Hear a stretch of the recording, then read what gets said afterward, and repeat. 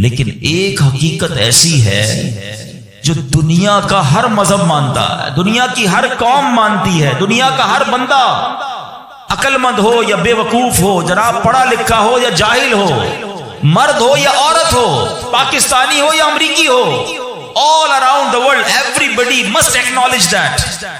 وہ کیا ہے؟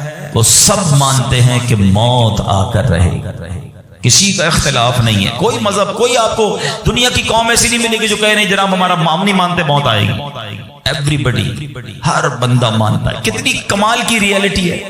اچھا سارے لوگ یہ بھی مانتے کہ پتہ نہیں کب آئے گی.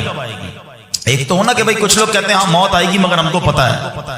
nobody knows، کسی کو بھی نہیں پتا کب آئے گی. یہ پتہ آئے گی اور بچ کوئی نہیں سکتا. یہ ایسی ریئلٹی ہے مگر پھر بھی اس پر بات کرنے کے لیے کوئی تیار نہیں ہے. ذرا چار دوست مل کر موت پہ بات کرے کہ یار کوئی اور بات کرو یار. کمال ہے آپ نے اور میں نے ایک مہینے بعد لاہور جانا ہو، 2 مہینے بعد یورپ جانا ہو، کسی کو بھی جانا ہو، وہ ابھی سے باتیں شروع کر دیتے ہیں یار کیسے جائیں گے، فلائٹ کیسی ہوگی، ٹرین کا ٹکٹ ملے گا کہ نہیں، وہاں جہاز، وہ کرنسی کون سی چلے گی. اچھا صرف نیت کی ہے اور باتیں شروع، ڈسکشن شروع، مشورے شروع. جب تک جائیں گے نہیں روز باتیں کریں گے. ادھر جانا نہیں جانا پتہ نہیں ہے مگر تم روز بات کر رہے ہو. جدھر جانا کنفرم ہے اور کب جانا یہ بھی نہیں پتا. آج بھی جا سکتے ہو. اس کے لیے کوئی بات نہیں کرے گا، اس کے لیے کوئی ڈسکشن نہیں، اس کے لیے کوئی تیاری نہیں. سوچئے. چلے آپ کہتے ہیں یار یہ دعوت اسلامی والے موت پر بہت بات کرتے ہیں، آخرت پر بہت بات کرتے ہیں، بہت ڈراتے ہیں. چلو بھائی ہم اور آپ موت پر بات نہیں کرتے. ہم بات نہیں کریں گے تو کیا مرنے سے بچ جائیں گے؟ اس حقیقت سے نکل جائیں گے.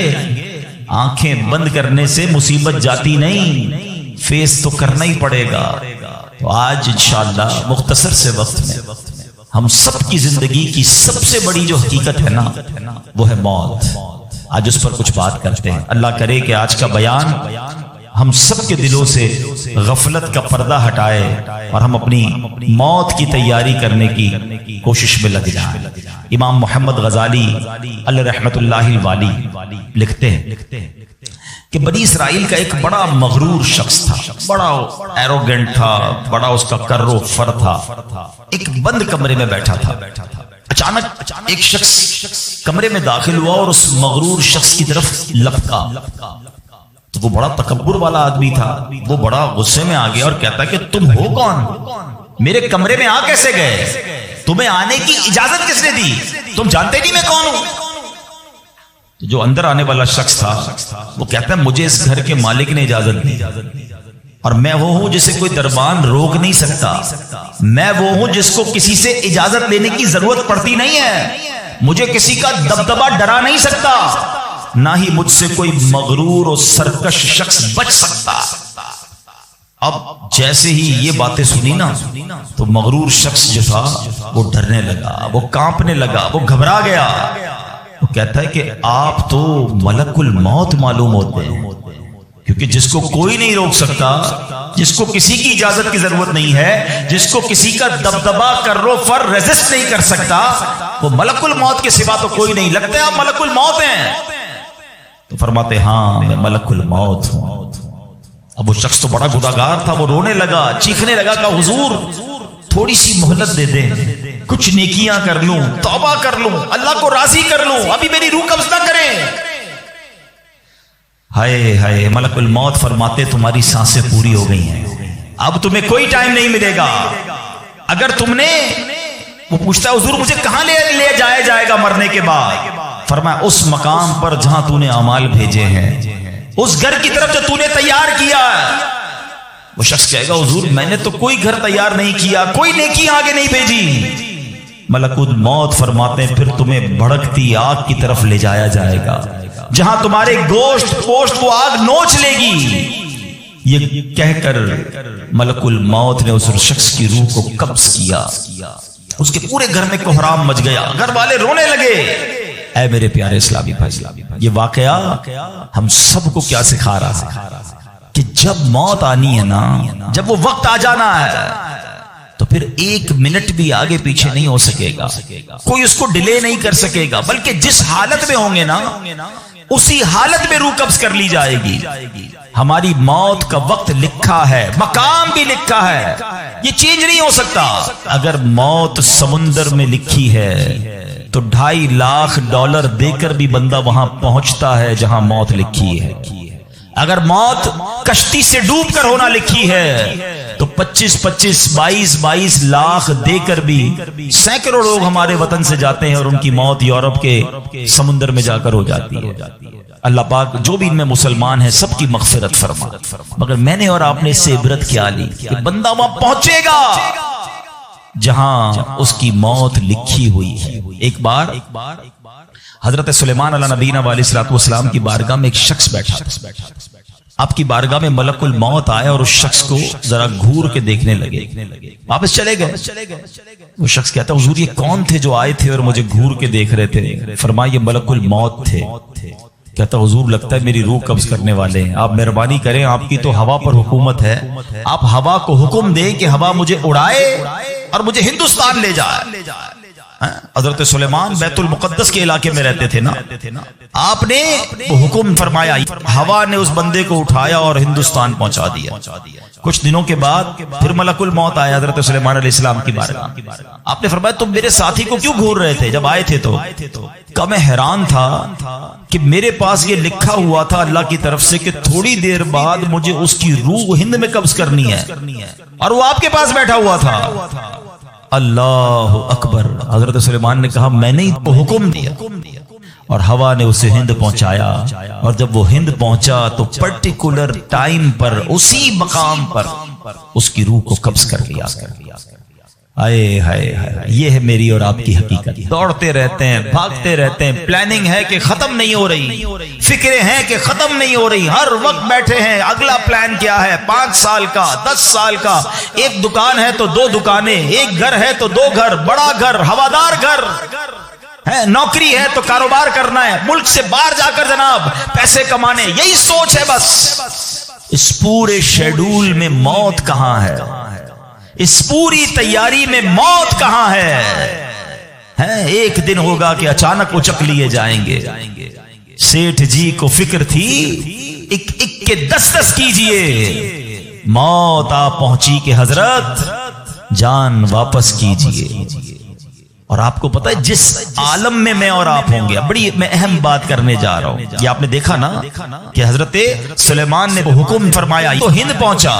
کوئی کشتی میں تھا اس کی موت وہاں تھی، کوئی سمندر پانی کے اندر ہزاروں فیٹ نیچے جانا تو اس کی موت وہاں لکھی تھی. اس کا مطلب تو یہ ہوا کہ میں کہیں بھی کسی بھی مقام پر مر سکتا ہوں، میری موت پتہ نہیں کہاں لکھی ہے. اب ذرا غور کیجئے، ہم سب پتہ کیا چاہتے ہیں کہ موت کے وقت ہم سجدے میں ہوں. چاہتے ہیں نا اللہ کرے اللہ کے گھر میں موت آئے، کلمہ پاک پڑھتے ہوئے موت آئے، تلاوت قرآن کرتے ہوئے موت آئے، نبی پاک پر درود پڑھتے ہوئے موت آئے. اللہ ایسا کرم کر دے کہ مدینہ منورہ میں موت آئے، گنبد خضرا کے سامنے موت آئے. یہی تصورات ہے نا، ایک مسلمان چاہتا یہی ہے کہ یار موت آئے تو کسی اچھے عالم میں ہو، کسی بڑی خوبصورت باوضو نیکی کرتے کرتے دنیا سے جاؤں. تمنا تو سب کی یہ ہے. اچھا مجھے ایک بات کا جواب دیں، یہ کیسے ممکن ہے کہ کوئی بندہ صبح سے شام تک نماز نہ پڑھے اور کہے موت سجدے میں آئے، صبح سے شام تک مسجد میں نہ آئے اور تمنا یہ کر رہا ہے کہ مسجد میں موت آئے، باوضو رہتا ہی نہیں ہے تو کیسے امید رکھ رہا ہے کہ باوضو موت آئے، قرآن کھول کر پڑھتا ہی نہیں ہے تو کیسے امید کر رہا ہے کہ تلاوت کرتے کرتے موت آئے. جو صبح و شام گالیاں دیکھتا ہے کیا اس کو ڈر نہیں لگتا کہ گالی دیتے دیتے موت آ سکتی ہے؟ جو شراب پیتا ہے اس کو ڈر نہیں لگتا کہ شراب کے نشے میں موت آ سکتی ہے؟ جو بدکاری کرتا ہے اس کو ڈر نہیں لگتا کہ بے حیائی اور بدکاری کرتے ہوئے موت آ سکتی ہے؟ جو تاش کھیلتا ہے، جوا کھیلتا ہے، اس کو ڈر نہیں لگتا کہ مرتے اسی وقت میں تاش کھیل رہا ہوں اور مجھے موت آ گئی، تو میں نشہ کر رہا ہوں مجھے موت آ گئی، میں بے حیا اور بدکاری کہ بری بری باتیں ٹیلی فون پر ساری ساری رات کر رہا ہوں اس وقت موت آ گئی. ملک الموت کو منع نہیں کر سکو گے کہ میں غلط کام کر رہا ہوں، ٹائم دے میں توبہ کر لوں. نہیں، جو سجدے میں ہوگا وہ سجدے میں اٹھایا جائے گا، جو درود پڑھتے پڑھتے جائے گا وہ درود پڑھتے پڑھتے اٹھایا جائے گا. سوچے وہ جو شراب میں جائے گا، نشے میں جائے گا، ادھر کیسے اٹھایا جائے گا. اب اس کا آسان حل پتہ کیا ہے کہ بندہ زندگی ایسے گزارے کہ جس حال میں مرنا نہیں چاہتا نا وہ کام چھوڑ دے. عقل مندی یہ ہے کہ اپنے دن کا شیڈیول ایسا بنائے کہ میں وہ کام ہی نہ کروں جس میں مرنا نہیں چاہتا، ورنہ میں روک نہیں سکوں گا موت کو۔ آپ چاہتے ہیں اچھی موت ہو؟ میں بتاتا ہوں کس کی اچھی موت آ سکتی ہے، جو ماشاءاللہ 5 ٹائم پابندی سے نماز پڑھتا ہے، جو روزانہ تلاوت قرآن کرتا ہے، جو بار بار تسبیح نکال کر تسبیح بھی پڑھتا ہے، درود بھی پڑھتا ہے، جو دکان پر بھی جاتا ہے تو نماز کا ٹائم ہو تو نماز کے لیے کھڑا ہو جاتا ہے، جو حلال روزی کماتا ہے، جو گناہوں سے اپنے آپ کو بچاتا ہے۔ ارے اس کی تو 24 گھنٹے میں کبھی بھی موت آنی ہے، سبحان اللہ۔ وہ رات کو سوتا ہے تو باوضو سوتا ہے، اس نیت سے سوتا ہے کہ فجر میں اٹھنا ہے۔ رات کو بھی جائے گا تو انشاءاللہ شہید کا مرتبہ پائے گا۔ دن میں کسی وقت موت آئے گی تو کوئی اچھا ہی کام کر رہا ہوگا نا۔ اب آپ سوچ لیں کس عالم میں مرنا ہے۔ اچھا ایک اور دل پر چوٹ کرنے والا جملہ سن لو، کون کون چاہتا ہے مرتے وقت زبان پر کلمہ طیبہ جاری ہو؟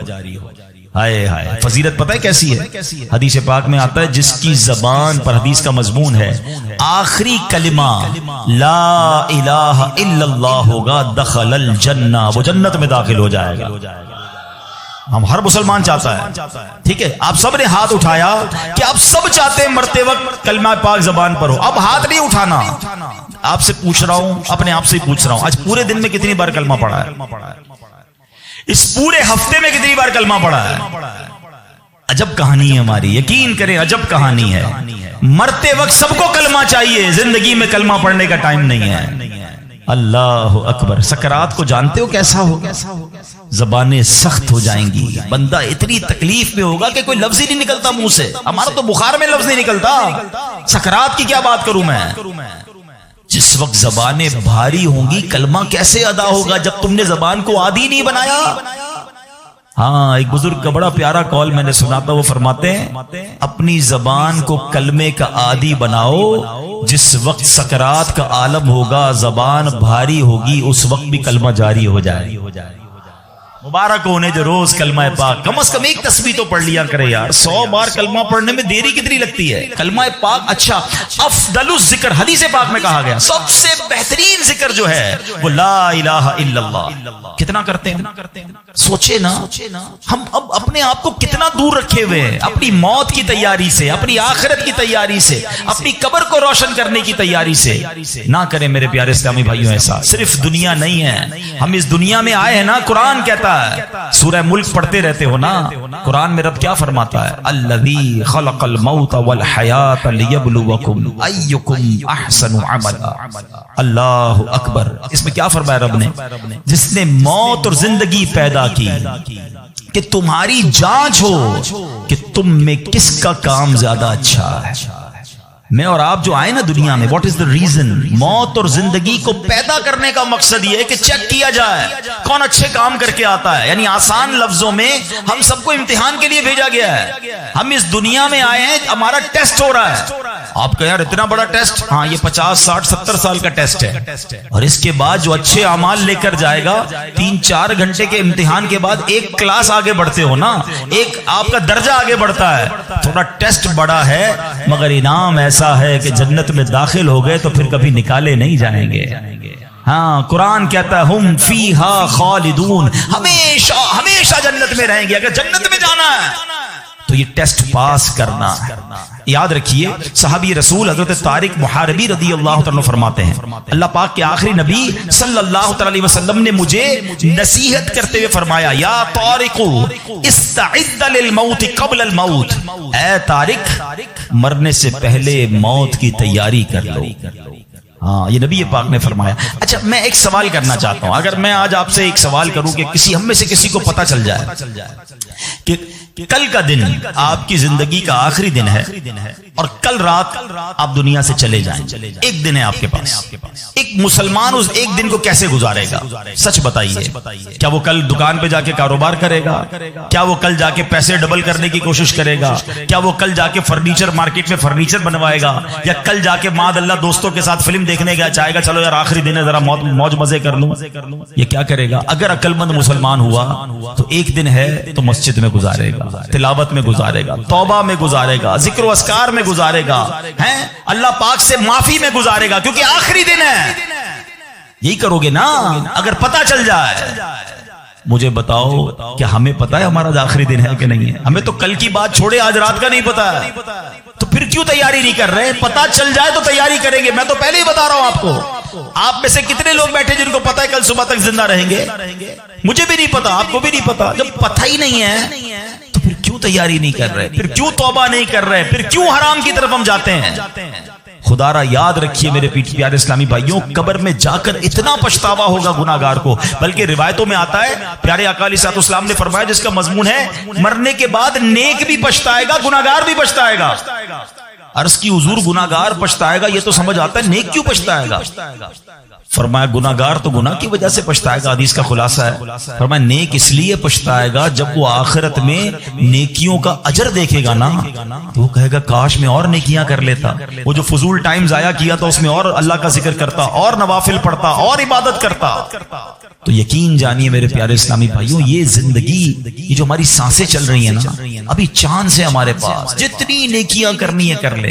جس دن سانس بند ہوئی نا اس دن عمل نہیں ہوگا، اس دن جزا ملے گی۔ آج دار العمل ہے، today is the time of action and tomorrow is the time of accountability. اس دن صرف جزا ہوگی، یا تو آپ کو اللہ نہ کرے گناہوں کی وجہ سے کسی کو سزا ملے گی یا نیکیوں کا اجر ملے گا۔ آج وقت ہے نیکیاں کرنے کا، قبر میں اتارے جانے کے بعد کوئی چانس نہیں ہوگا۔ اچھا آپ کو پتا جب قبر میں بندہ جاتا ہے، کسی کا بھی انتقال ہوتا ہے، تو گھر والے کیا کہتے ہیں، خاندان والے کیا کہتے ہیں؟ میت نے پیچھے کیا چھوڑا ہے؟ آپ کو پتا ہے؟ فرشتے کیا کہتے ہیں؟ میت نے آگے کیا بھیجا ہے؟ اصل یہ بات سمجھ لیجئے گا، ہم نے آگے کیا بھیجا ہے۔ خوش نصیب ہیں وہ لوگ جو آگے بھیج کر تیاری کر رہے ہیں۔ وہ ایک واقعہ کئی بار بیانات میں آپ نے سنا ہوگا کہ ایک بادشاہ تھا اور اس نے اپنی سلطنت میں ایک بڑا عجیب سا مقابلہ کروایا۔ بادشاہ آدمی تھا، جو اس کے دماغ میں اس نے کہا ذرا چیک کرو میری سلطنت میں سب سے بڑا بے وقوف کون؟ سارے بے وقوفوں کو جمع کیا گیا، بے وقوفوں کا ٹیسٹ لیا گیا، وزیروں نے ایک بندے کو سلیکٹ کیا کہ بادشاہ سلامت یہ بندہ سب سے بڑا بے وقوف، سب سے بڑا بے وقوف کا چیک کر لیا، کا چیک کر لیا۔ بادشاہ سلامت نے اپنی سونے کی ہیرے کی مالا اتاری اور اس کو پہنائی کا تمہارا یہ انعام۔ وہ بے وقوف گھر چلا گیا خوشی خوشی۔ تھوڑے دنوں بعد اس بے وقوف کو پتا چلا کہ بادشاہ سلامت بہت بیمار ہے۔ تو جو بے وقوف آدمی تھا وہ کہتا ہے اچھا بادشاہ بیمار ہے، چلو چلتے ہیں بادشاہ سے مل کے آتے ہیں۔ بادشاہ سلامت کے پاس گیا، واقعی بہت بیمار تھا۔ کہ بادشاہ سلامت خیر تو ہے، کیا ہو گیا آپ کو؟ بادشاہ کہتا ہے بس اب تو لگتا ہے زندگی اینڈ پر ہے، اب کہیں اور دوسری دنیا میں جانے کا وقت آ گیا۔ تھا تو بے وقوف نا، کہتے ہیں آپ کہیں اور جا رہے ہیں؟ کہاں میں یہ دنیا چھوڑ کر دوسری دنیا میں جا رہا ہوں۔ تو کہا اب میں دیکھ رہا ہوں آپ کا بہت بڑا گھر ہے، زبردست بیڈ رومز ہیں، آپ جدھر جا رہے ہیں ادھر گھر بنا لیا؟ تو بادشاہ کہتا ہے ادھر تو میں نے کوئی جھوپڑی بھی نہیں بنائی ہے۔ اچھا بادشاہ سلامت آپ کے پاس تو کتنا سونا کتنے ہیرے آپ نے مجھے بھی تحفہ دیا، ادھر پیسے بھجوا دیے جہاں آپ جا رہے ہیں۔ تو کہتا ہے میرے پاس تو وہ پھوٹی کوڑی بھی نہیں ہے۔ کہ بادشاہ سلامت میں دیکھ رہا ہوں آپ کے خاندان، آپ کے گھر کے باہر خادم، خادمائیں، کنیزیں، غلام، بہت سارا اسٹاف ہے آپ کا، جدھر جا رہے ادھر خادم بھجوایا آپ نے؟ بادشاہ کہتا ہے ادھر میرا کوئی خادم نہیں بھجوایا میں نے۔ وہ بے وقوف پتہ کیا کرتا ہے؟ اپنی مالا اتارتا ہے اور بادشاہ کے گلے میں ڈالتا ہے، کہتا ہے بادشاہ سلامت پر مجھ سے بڑے بے وقوف تو آپ ہوئے نا۔ آپ کو پتا ہے کہ آپ کے کہیں اور جا رہے ہیں، نہ گھر بنایا، نہ پیسے بھجوائے، نہ خادم بھجوائے، تو مجھ سے بڑے بے وقوف تو آپ ہوئے نا۔ یہ ہے تو بظاہر واقعہ، مگر یہ ہم سب کے لیے لیسن نہیں ہے۔ آپ سے اور مجھ سے کوئی پوچھتا ہے گھر کہاں ہے، کوئی کہتا ہے رنچوڑ لائن میں، کوئی کہتا ہے گارڈن میں، کوئی کہتا ہے کلفٹن میں۔ جنت میں گھر ہے کہ نہیں؟ ادھر گھر بنایا کہ نہیں بنایا؟ ادھر کدھر رہو گے؟ ادھر نرم بستر کے بغیر جس کو نیند نہیں آتی، رات کو پنکھا نہ چلے تو بے چین ہو جائے، یو پی ایس لگائے، جنریٹر لگائے، تھوڑے پیسے آئے تو اے سی لگایا۔ قبر میں اگر آگ بھڑک رہی ہے تو پھر کیا کیا ہے ہم نے؟ ادھر کتنا سوئیں گے اور ادھر کتنا سونا ہے پتہ ہے آپ کو؟ حضرت آدم علیہ السلام سے لے کر آج تک لوگ قبر میں جا رہے ہیں، ہم قبر میں اتار رہے ہیں لوگوں کو، سب قبر میں ہزاروں سال سے ہیں، پتہ نہیں کتنے سو کتنے ہزار سال رہنا پڑے گا، مگر قبر روشن ہے کہ نہیں کوئی ٹینشن نہیں کسی کو۔ جس کا یہاں نرم بستر ہے نا، جس کو نرم تکیے کے بغیر نیند نہیں آتی، وہ سوچے میں سانپ اور بچھوؤں کے ساتھ کیسے سوؤں گا؟ قبر نے اگر دبا دیا اور پسلیاں توڑ دی تو میرا بنے گا کیا؟ اگر قبر میں آگ بھڑکا دی گئی تو میں کدھر جاؤں گا؟ کس کو پکاروں گا؟ واللہ قبر کی تیاری کرنی ہے، خدا کی قسم مارے جائیں گے اگر اللہ ناراض ہوا۔ فکر کرنی دنیا میں ہے، ایکسٹرا ٹائم نہیں ملے گا۔ آج کل موبائل کمپنیاں میسج کرتی ہیں جناب آپ کا 70% ڈیٹا یوز ہو گیا ہے، ٹاپ اپ کروا لیں، پیسے ڈلوا لیں، 80% ختم ہو گیا، آج کل آخری دن ہے آپ کے موبائل کے پیکج کا، ہم پیسے پکڑ کے ڈلواتے ہیں یار موبائل بند ہو جائے گا، لیکن ہماری زندگی کا کوئی میسج نہیں آئے گا کہ ایک دن رہ گیا ہے، 70% گزر گئی، 80 گزر گئی، اب 3 دن رہ گئے، توبہ کر لو۔ نہیں، پتہ نہیں ہوتا، بندہ صبح گھر سے نکلتا ہے اور شام جنازہ آتا ہے، ایسا نہیں ہوتا۔ خدا را آج کے اس اجتماع کو غنیمت جانیے، غفلت سے باہر آئیے، اپنی بری عادتوں سے ہم توبہ کریں۔ آپ کو پتہ ہے یہ ہمارے پاس قاصد بھیجے جاتے ہیں، موت کے بھی قاصد ہوتے ہیں۔ ایک بزرگ کے بارے میں آتا ہے کہ انہوں نے اپنے گھر میں قبر کھدوائی ہوئی تھی، اللہ والے دیکھو کیسے یاد کرتے تھے موت کو، روز قبر کو دیکھتے تھے، قبر میں جا کے لیٹتے تھے۔ تو ایک وقت آیا اور انہوں نے کہا ٹھیک ہے اب قبر کو بند کر دو، مجھے ضرورت نہیں ہے۔ تو لوگوں نے کہا کیوں کہہ رہے ہیں ایسا؟ تو انہوں نے فرمایا کہ میں قبر کا یہ تابوت اس لیے رکھا ہوا تھا کہ میں دیکھتا تھا تو مجھے آخرت یاد آتی تھی، اب میری داڑھی میں سفید بال آ گیا، اب یہ سفید بال مجھے موت کی یاد دلاتا رہے۔ آپ کو پتہ ہے اس بالوں کو سفید ہو جانا، آنکھوں کا کمزور ہو جانا، صحت کا ڈھل جانا، کمر کا جھک جانا، اعضاء میں کمزوری آ جانا، یہ سارے موت کے قاصد ہیں۔ یہ موت آنے سے پہلے پیغام آ رہا ہے تمہارے پاس کہ ڈھل رہے ہو، تیاری کر لو، اب تو تیاری کر لو۔ مگر ہم ہیں کہ سمجھنے کے لیے تیار نہیں، ابھی تو میں بڑا جوان ہوں، میں تو بالکل فٹ ہوں، ابھی تو بڑی لائف پڑی ہے یار، ابھی تو انجوائے کرنا ہے، ابھی تو بنانا ہے، ابھی تو بزنس کھڑا کرنا ہے۔ میں نہیں، کون کہتا ہے بزنس کھڑا نہ کرو بھائی؟ مگر اس تمام شیڈول میں موت کو بھی تو لے کر آؤ نا، کہ چلا گیا تو ادھر کیا ہوگا، ادھر میرا کیا بنے گا؟ ایک حدیث پاک ہے، حدیث پاک کا مضمون ہے کہ مرنے کے بعد بک آف ڈیڈ، اعمال کلوز ہو جائے گا، ٹھیک ہے، سوائے 3 چیزوں کے۔ اب آج یہ پلان کرنا ہے، آج اگر بیٹھے ہو نا تو کوئی پلاننگ لے کے جاؤ۔ آقا فرماتے مرنے کے بعد اعمال بند سوائے 3 چیزوں کے۔ فرمایا نمبر 1، انسان کوئی ایسا علم چھوڑ کر جائے کہ اس کے بعد اس علم سے فائدہ اٹھایا جائے۔ سبحان اللہ، علماء دیکھیں کیا کمال کی شخصیات ہیں، طالب علم چھوڑ کے جاتے ہیں، اپنی کتابیں بھی چھوڑ کے جاتے ہیں، بخاری شریف، ترمذی شریف، نسائی شریف، ہدایہ شریف، اور آئے تو جناب اعلیٰ حضرت امام اہل سنت کے فتاوی رضویہ، بہار شریعت، صدر الشریعہ کی کتابیں سینکڑوں سال سے لوگ پڑھ رہے ہیں، وہ بزرگ چلے گئے دنیا سے۔ سبحان اللہ، ہر کتاب چھپ رہی ہے، تفسیر چھپ رہی ہے، حدیثوں کی کتابیں چھپ رہی ہیں، اور علماء کو ثواب مل رہا۔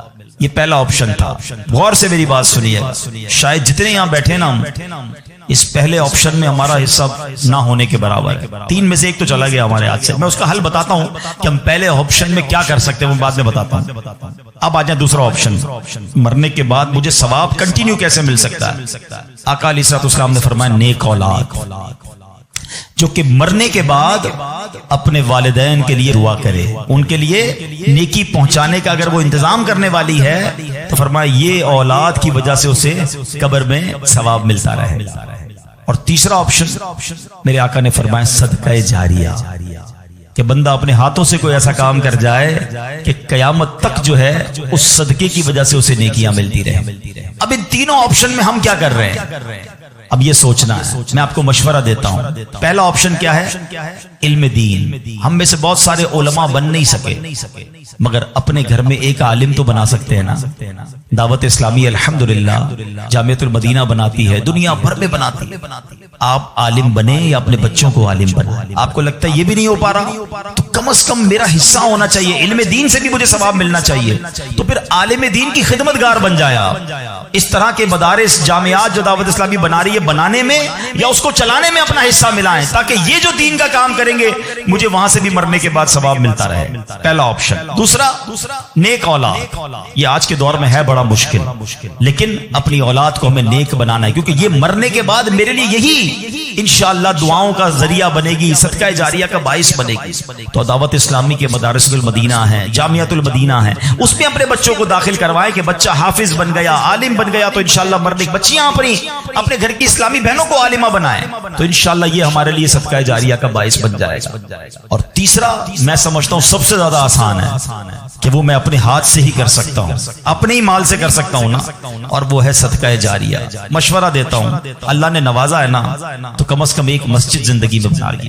میرے نبی علیہ الصلوۃ والسلام کے سچے وعدے ہیں, جو اللہ کے لیے مسجد بناتا ہے اللہ اس کے لیے جنت میں گھر بناتا. ہاں یہ وہ صدقہ جاریہ ہے, بندہ چلا جائے دنیا سے ثواب ملتا رہے گا. اچھا اگر پوری مسجد نہیں بنا سکتے, مسجد میں حصہ ملا دیں. دعوت اسلامی تو پوری دنیا میں بنا رہی ہے نا. تو یہ تینوں آپشن جو مرنے کے بعد کام آنے والے ہیں. اچھا صرف مسجد نہیں, یتیم خانہ دعوت اسلامی بنا رہی ہے, شجر کاری پورے پاکستان میں کر رہے ہیں, کتنے نیکی کے کام دعوت اسلامی کر رہی ہے. صدقہ جاریہ وہ کر جائیں تو انشاءاللہ مرنے کے بعد وہ ہمیں قبر میں ملتا رہے گا. تو بہرحال اللہ کرے کہ آج کے اس اجتماع میں اور آپ یہ سوچنے میں کامیاب ہو جائیں کہ مجھے مرنا ہے, اور مرنے کے بعد مجھے قبر میں پھنسنا نہیں ہے, میں کچھ ایسا کر کے جاؤں کہ قبر میں بھی خوشحال رہوں, ادھر بھی نبی پاک کے جلوے ہوں, ادھر بھی میری قبر جنت کا باغ بن جائے. تو اللہ کرے کہ ہم سب اس سوچ کے حامل بن جائیں کہ مجھے مرنا ہے اور پتہ نہیں کب مرنا ہے. تو جب بھی مرنا ہے انشاءاللہ کلمے کے ساتھ مرنا ہے, انشاءاللہ نیک اعمال کرتے کرتے مرنا ہے, اور انشاءاللہ ایمان سلامت لے کر جانا ہے. تو اس کے لیے زندگی اچھی گزارنی ہوگی. اگر میرا کوئی بھائی بے نمازی یہاں بیٹھا ہے, اگر میرا بھائی کوئی بری عادتوں میں گرفتار بیٹھا ہے, تو میری گزارش ہے کہ آج پکی سچی نیت کرنے. دیکھیں یہ دنیا کے معاملات تو چلتے ہی رہیں گے, نماز قضا نہیں ہونی چاہیے. پکی سچی نیت کریں کہ آج کے بعد ہماری کوئی نماز قضا نہیں ہوگی, آج کے بعد حرام روزی کے قریب بھی نہیں جائیں گے, شراب اور نشے سے ہمیشہ دور رہیں گے, اور اپنی موت کی تیاری کرنے کی کوشش کریں گے. ہاں دعوت اسلامی والوں سے وابستہ رہیے. الحمدللہ کمال کا ماحول ہے, بار بار آخرت یاد دلاتا ہے, بار بار موت یاد دلاتا ہے, تاکہ ہمیں یاد رہے, ہم بھول نہ جائیں اور اس کی تیاری میں مصروف رہیں. اللہ پاک ہم سب کو اپنی آخرت کی فکر کرنے اور صدقہ جاریہ والے کام کرنے کی توفیق عطا فرمائے. آمین بجاہ النبی الامین صلی اللہ تعالی علیہ وسلم. الحمدللہ رب العالمین والصلاة والسلام علی سید الانبیاء والمرسلین والصلاة والسلام علی خاتم النبیین. یا ارحم الراحمین یا ارحم الراحمین یا ارحم الراحمین, یا ربنا یا ربنا یا ربنا یا ربنا یا ربنا یا اللہ یا رحمان یا رحیم. ہمارے صغیرہ کبیرہ گناہوں کو معاف فرما, ہمارے ماں باپ کی, نبی پاک علیہ الصلوۃ والسلام کی ساری امت کی بخشش فرما. اے کریم ہمیں نیک بنا دے, پرہیزگار بنا دے, سچا عاشق رسول بنا دے. اے اللہ ہماری دنیا بھی اچھی کر دے, ہماری آخرت بھی اچھی کر دے. اے اللہ جب نے موت کی تیاری کے بارے میں سنا ہے, اے اللہ اب تک تو ایسے اعمال کیے نہیں کہ مرنے کے بعد ہمیں ایسا محسوس ہو کہ تجھے راضی کرنے والے کام کر لیے ہوں. اے اللہ گناہ ہی گناہ ہیں, کرم کر دے, پچھلے گناہ معاف فرما دے, آئندہ جو رہ گئی ہے وہ اچھی گزار دے. اے اللہ نیکیوں والی, سنتوں والی, اے اللہ تیری فرما برداری والی زندگی ہم سب کو عطا فرما. حرام بولنے سے بچا لے, حرام دیکھنے سے بچا لے, حرام سننے سے بچا لے, حرام کھانے سے بچا لے. اپنے پسندیدہ بندوں میں ہمیں شامل فرما لے. اے اللہ مرنا تو ہم نے ہے ہی, یہ ہمارا ایمان بھی ہے, ہم مانتے بھی ہیں, مگر مولا تیرے دربار میں دعا ہے کہ مرتے وقت اے اللہ ہمیں مدینے پہنچا دینا. اے اللہ جب تک زندہ رہیں اے اللہ تیرے در کے سوا کسی کا محتاج نہ کیجیو. زندگی کی آخری نماز جو پڑھیں وہ مسجد نبوی میں کھڑے ہو کر ادا کریں. اور اے رب کریم پھر آقا کے جلووں میں, آقا کے قدموں میں, نبی پاک کے دیدار کرتے ہوئے ایمان اور عافیت والی ہمیں